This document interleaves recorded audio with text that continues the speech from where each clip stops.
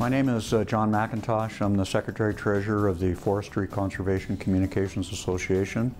We are one of the 4 certified FCC Public Safety Frequency Coordinators. I have an extensive background in radio communications. I retired from Washington State Fish and Wildlife. I have a law enforcement background.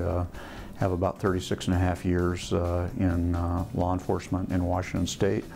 I've been doing radio communications for Washington State Fish and Wildlife for about 20 years. And in fact, they hired me back. So I retired in 2009 as a lieutenant, station headquarters, managing radio communications for our agency. And now basically I'm doing the same thing as a part-timer. So. And tell us a little bit about the communication network that you use. Listening to my colleagues in the other room during the seminar was most enlightening. And I'll answer that question by saying that I just realized, listening to the discussion, how unique forestry conservation is in radio communications, and also how unique the state of Washington is in radio communications. Washington is a radical home rule state. All of our cities and counties are autonomous in radio systems and do pretty much whatever they want.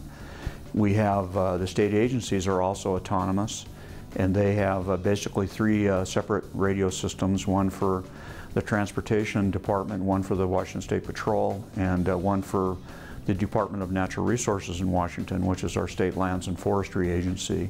Each one of them operates radically disparate radio communication systems. We in Fish and Wildlife, we operate on 2 of the 3 big systems because of operational necessity.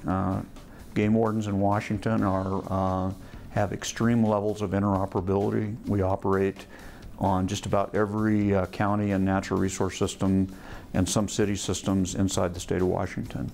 We're VHF, UHF, and we operate on a number of 800 megahertz trunk systems.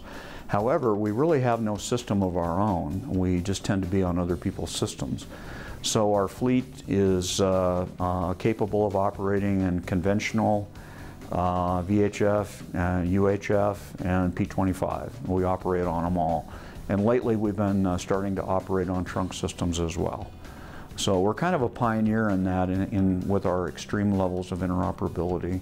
We've had a lot of experience with P25. Game wardens in Washington have been operating on P25 for over 14 years. We're the only state agency until last fall that operated in the P25 mode at all.